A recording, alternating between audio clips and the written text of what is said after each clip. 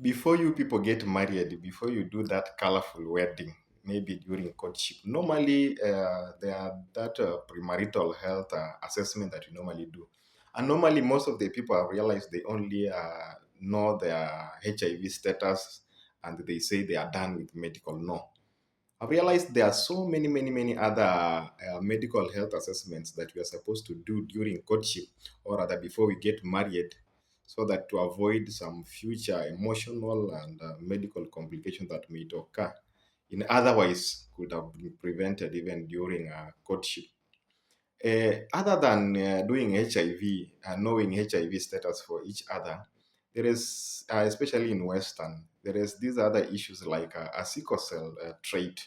It's good just to carry out a sickle cell trait test to know if you are a carrier for sickle cell trait or you are not a carrier. Kwa sababu I've realized that the burden of taking care of a sickle cell kid or a sickle cell person in a house is even higher than the burden of having a HIV positive person in that house. So it's good to carry out some tests before you proceed to marriage because when you two carriers, you two who have sickle cell traits get married, actually the chances of you having a sickle cell child is so high.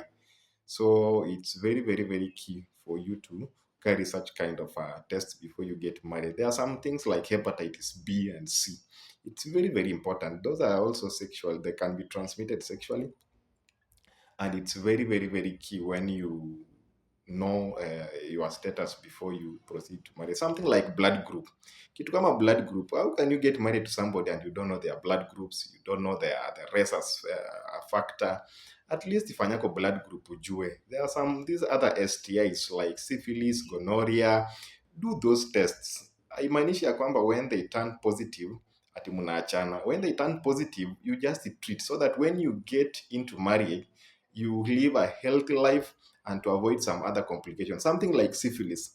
Syphilis is one of the causes of early miscarriages if they are left untreated. So once it's early detected, at least you can treat them before you people get into marriage. There are some things like blood pressure, the diabetes, the sugar test, very minor tests that are not even expensive. At least zifanye ndio when you get to marriage msisumbukane na vitu kama hizo. There are also some other tests like fertility check. For ladies, you can do hormonal profile at least to know eh, if the lady is fertile or not, or there are some other issues that are supposed to be sorted out before you people get married. And then finally, there are these very important tests that you're also supposed to carry out.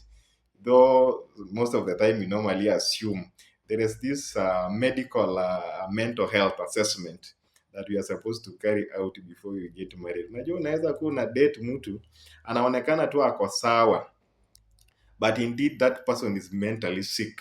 Yes, it is said that everybody is mentally sick, but it just depends with the degree of mental illness.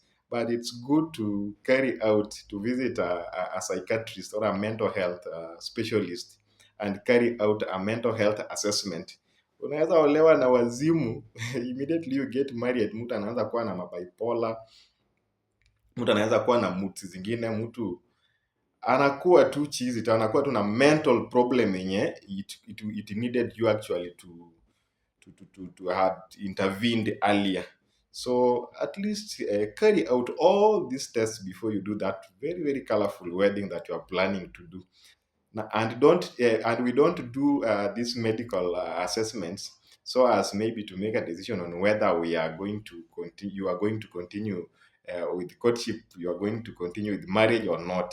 We just do this medical assessment during courtship so that we prevent some complications that may occur, alafu pia just to planning on how to have a healthy family and also to take care of each other's health conditions. So once we do this health assessment, it helps us actually live a healthy family. Thank you so much. And if you find this information important for you, kindly follow, like, na uweke pia comment hapo, at least tujue in the next video what do you want me to talk about preventive health services. Thank you so much.